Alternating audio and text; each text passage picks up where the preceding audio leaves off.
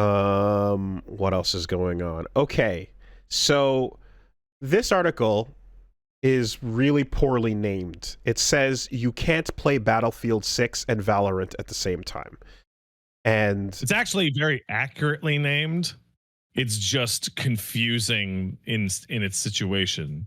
Yeah, the strangeness of I saw that and I was like, okay, is it because of the anti-cheat? And it's like, yes. I was like, so, like, what's the use case for? Oh, I can't boot these two things because like that makes that I can understand why it's like, oh, I can't switch between two games and have them running, but the anti-cheat is not compatible is one thing. But it turns out, no. The anti-cheat means you cannot install Battlefield or Valorant at the same time.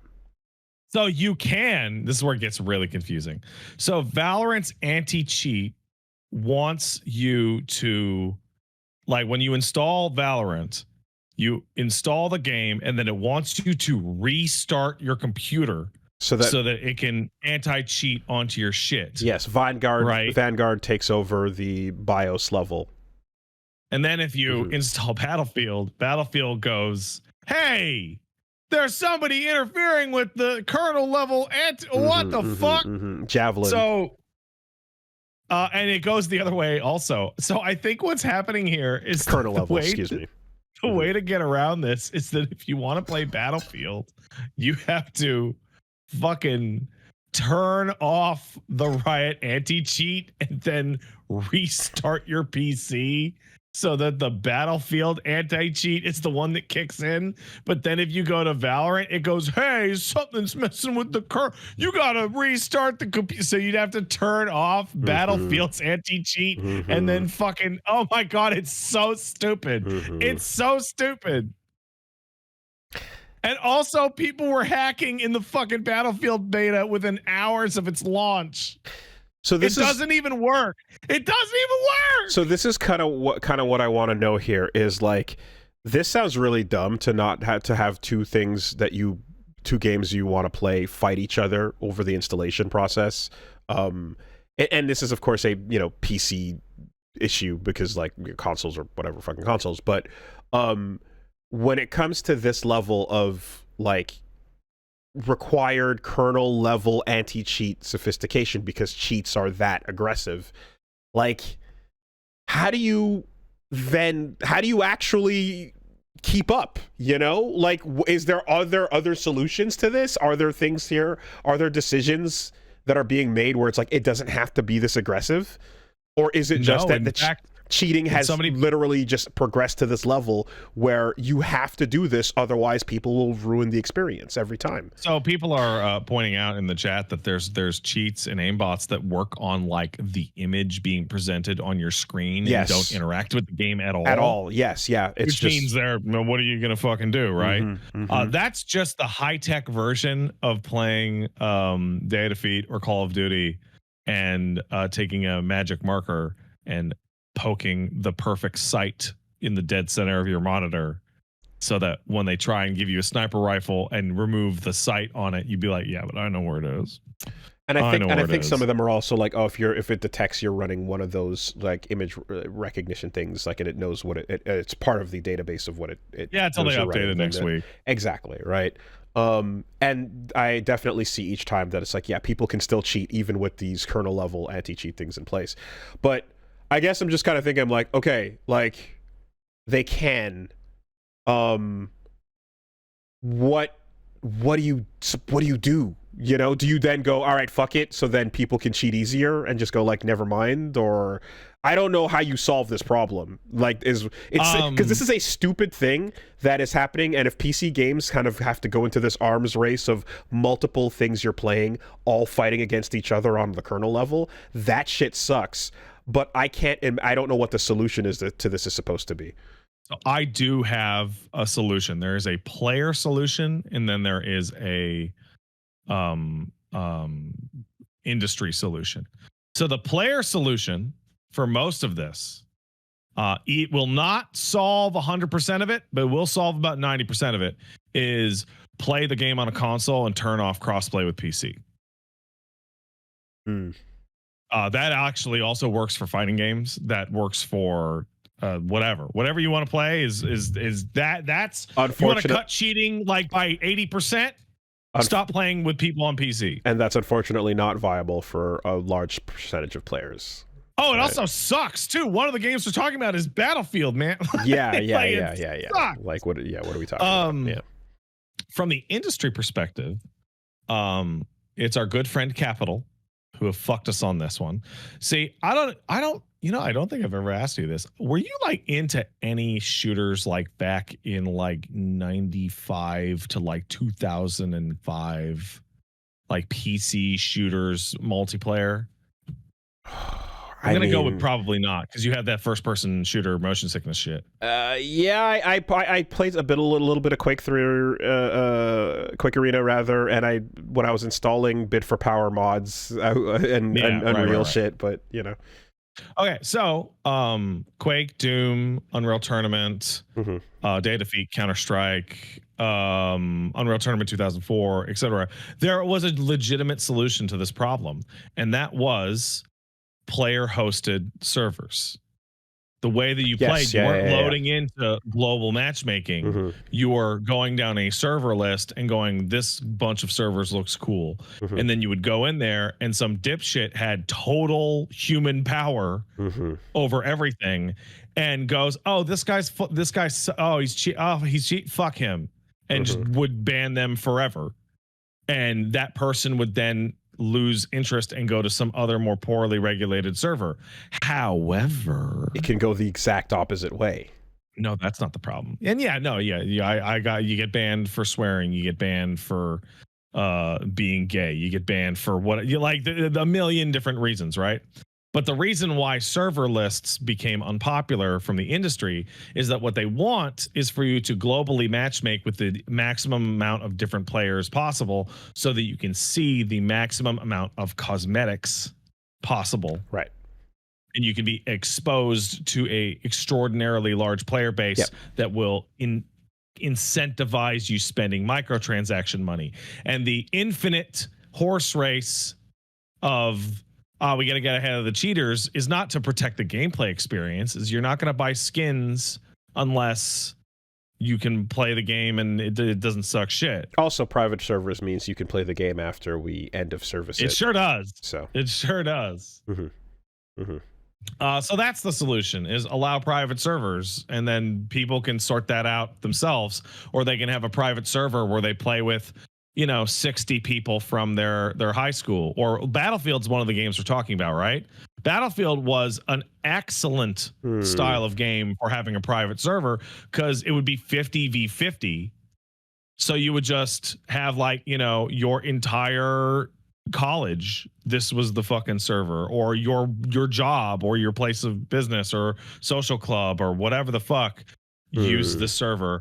And then not only on top of that are you using infrastructure tools like banning, but you're also like, hey, Jimmy from accounting, he fucking uses aimbot. I watched the spectate. Jimmy, that motherfucker cheats. And would have in-person human social pressure. But now we don't do that anymore. Now we go into the global list. See, the thing is that alternate reality where things develop differently could be one way, but I'm also envisioning kind of especially now, the whole streamlined experience that you get with most games and the idea of a Wild West server list being the way that people who are looking for a streamlined experience kind of interface with that. And I could see how that would potentially turn some people off or create some friction or make them go the ideal scenario is you have both options. Because if you go in and the first experience you have and second, third, and fourth experience you have are all insane private servers where one is nothing but cheaters and then the others are just horrendously awful experiences. I joined some toxic Day of Defeat servers. Yeah, life. So genuinely awful servers. So if you pay fucking lit. If you pay so good if you pay $60 and then you boot up, you press start game and you wind up on fucking B on 4chan, that's not gonna be a good time for everybody, right? So yeah, I think that allowing the worst people you could ever play in a game to quarantine themselves to their own shithole has real value. Options, having the options makes sense. I genuinely think that.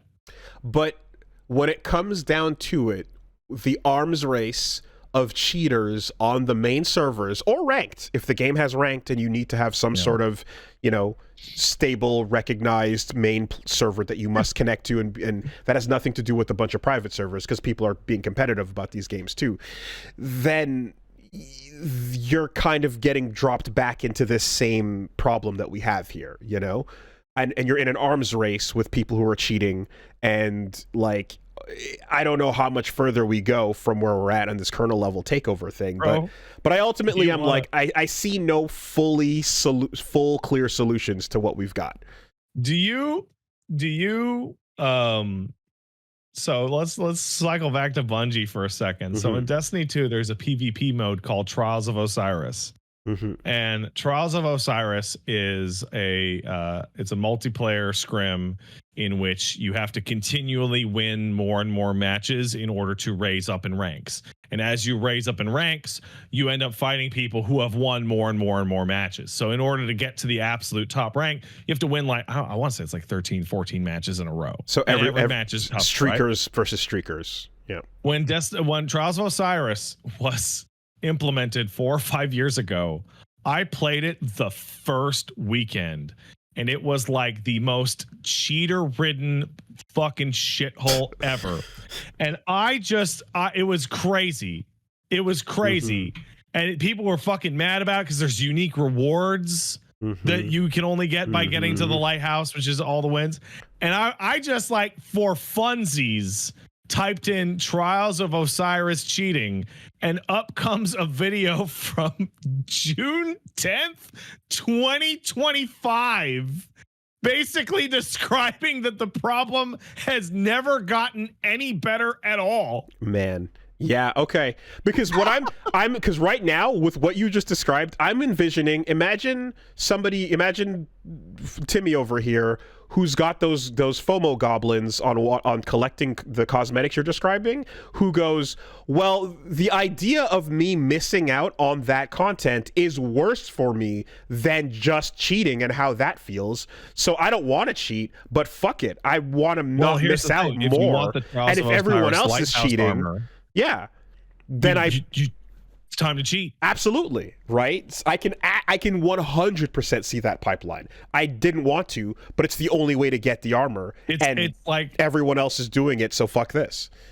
There's also, and this is just to shit on Bungie a little bit because I think it's fun and fuck them.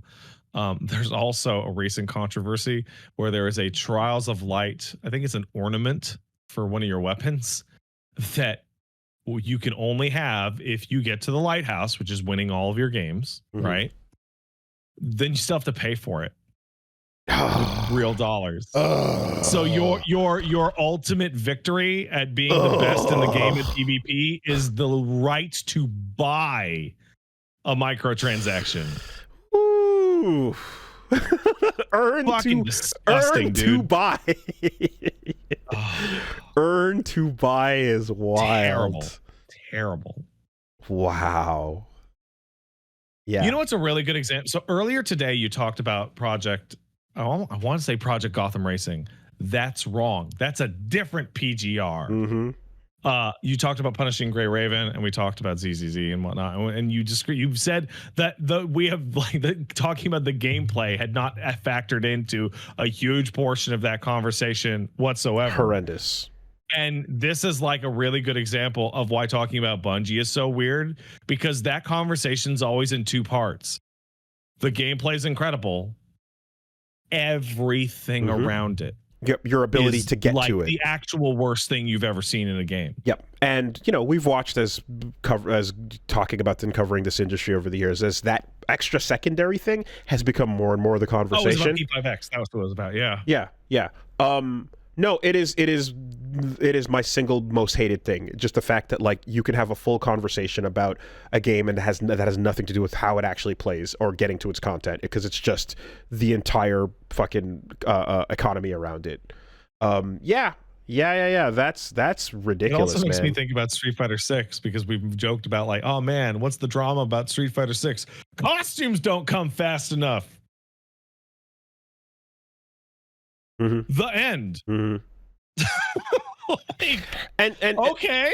so I don't know if it's a genre thing too as well, but like for sure people are online cheating in Street Fighter and they're getting caught, and Oh, they cheating. people are finding those replays and going like, oh yeah, this person's sussy, block him, ban him, and get him out of here. Tekken replays, you're seeing cheaters as well and stuff. Yeah, but with fighting games, it causes a weird situation. Is if you cheat constantly, you're going to rocket to the absolute peak of matchmaking. At which point, the peak players are just going to block you and move on. Like, but like cheating in an FPS, you're cheating simultaneously with 15 other people or 30 other people or whatever, you know what I mean? And like you're simultaneously ruining more experiences compared to the one person you're matched up with in a fighting game. yeah, Right. I've played against a guy who I'm pretty sure was cheating in Street Fighter 6, and I just like held up my hands like, this motherfucker. Can you believe this? Like the average, and then the match was over and I moved on. the average amount of game ruining that a cheater in a fighting game can do is, you know, maybe like 30 people in a night in a good session. Versus, Dude, I could ruin it for 30 people in 10 minutes if I'm playing Battlefield. that's right. So it's a much, the effects are like fucking much more pronounced in these situations. Also, this is a very strong note to the Valorant Battlefield situation. The fact that you cannot reasonably install and play both of these games conveniently is annoying as fuck. But Riot and EA likely see these as features. Oh, you're really into Valorant? Oh, it'd be really hard for you to start playing Battlefield.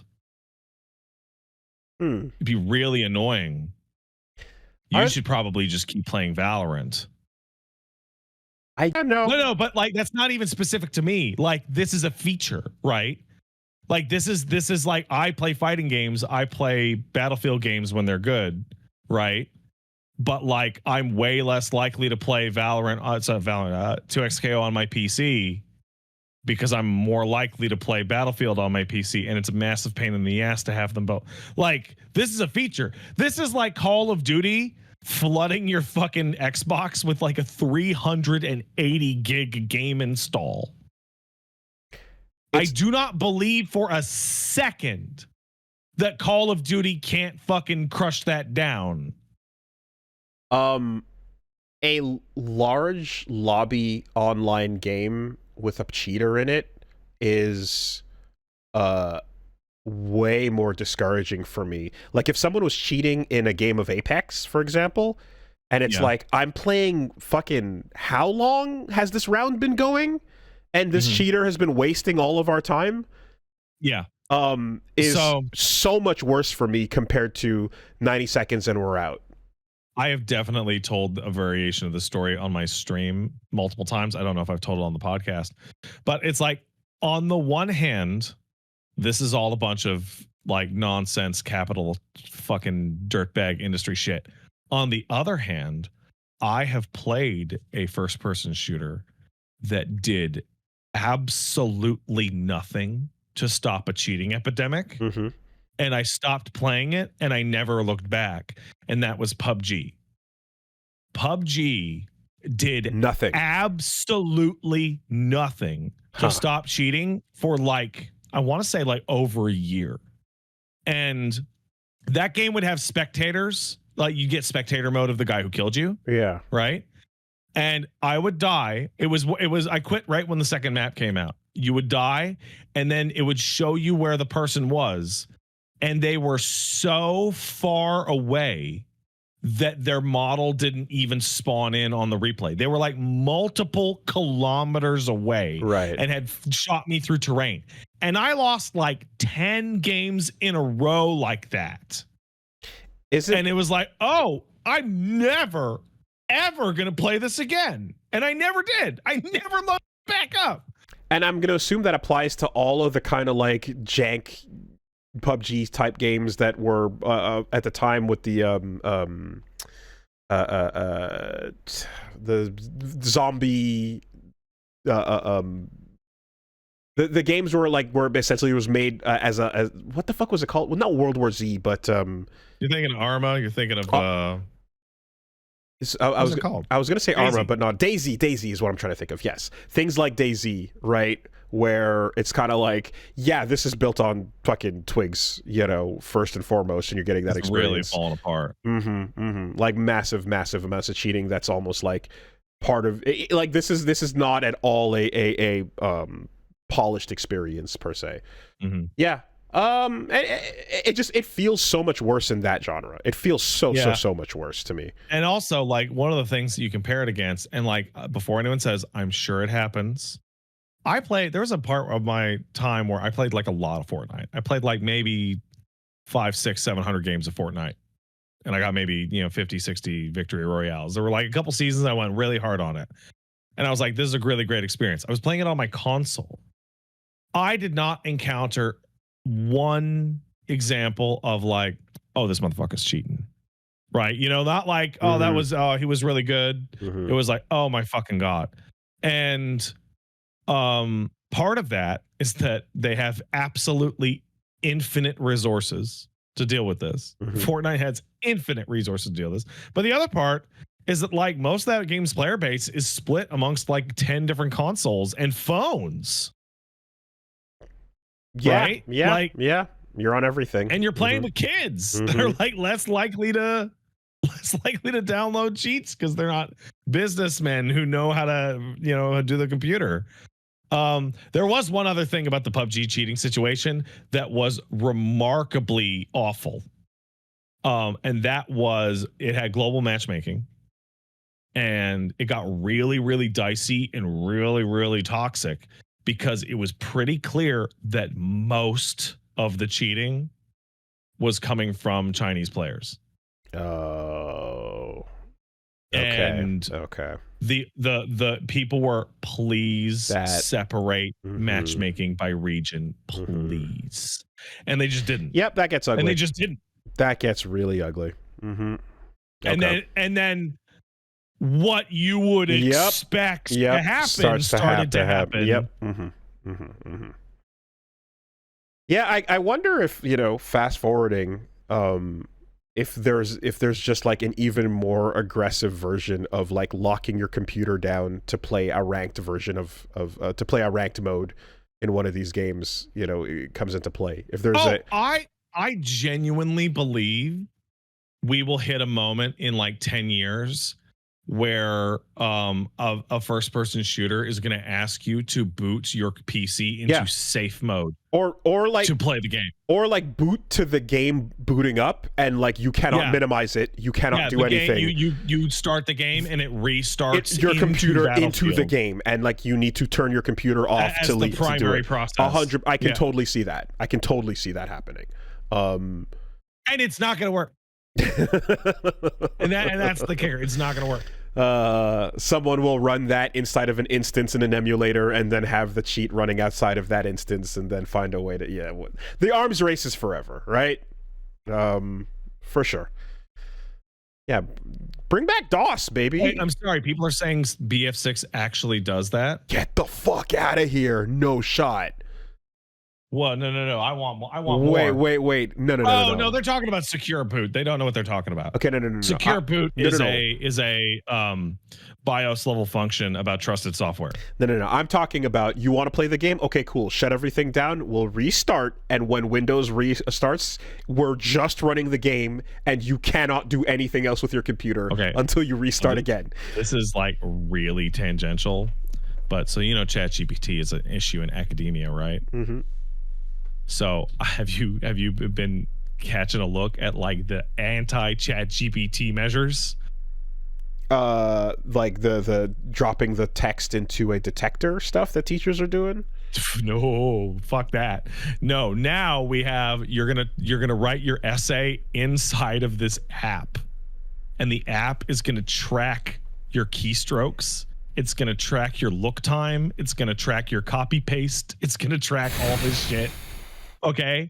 And then the second one, if you're not doing that, is you must record and or live stream you doing this exam with a camera pointed at you and your screen. I've done that. You've done that? I've done that for driving. Yeah. I've done the part of the exam was camera on, people looking at you. What are you looking at? What are you doing? Yeah, 100%. And it's like, it's just going to move to fully in person. Like all work is just going to be in person exams. Okay. So casual and player match, you do whatever you want, go nuts, who cares? But the moment you go to ranked, the eye detector turns on and you have to accept it. the eye tracker, the full reboot, like every sweaty secondary app starts to come into play at that point. Man. By the way, this is totally off topic, barely tangential. If you're part of the audience that's using ChatGPT to do your exams or cheat in schoolwork, I want you to stop doing that, not because it's wrong, it is wrong, but you are actively damaging your brain and giving yourself the equivalent of a large grade concussion. You are hurting your brain. Go on. For real. I'm not joking. Diminishing the ability to reach for those answers, put things together. You are working on giving yourself early onset dementia. I am so serious about that. But Pat, the marketplace demands it. That's not even true. Yeah, I know. The invisible hand of the free market can jerk me off. Thank you. No, the most insane counterpoint I've seen has been the argument I've seen has been, nah, but jobs are going to need you to work with ChatGPT in the future, so you might as well get a handle on it now. In fact, the ones who are doing it the most are going to have the best advantage. And it's That's not even true. So you have to get in on these NFTs right now when they're cheap for your future.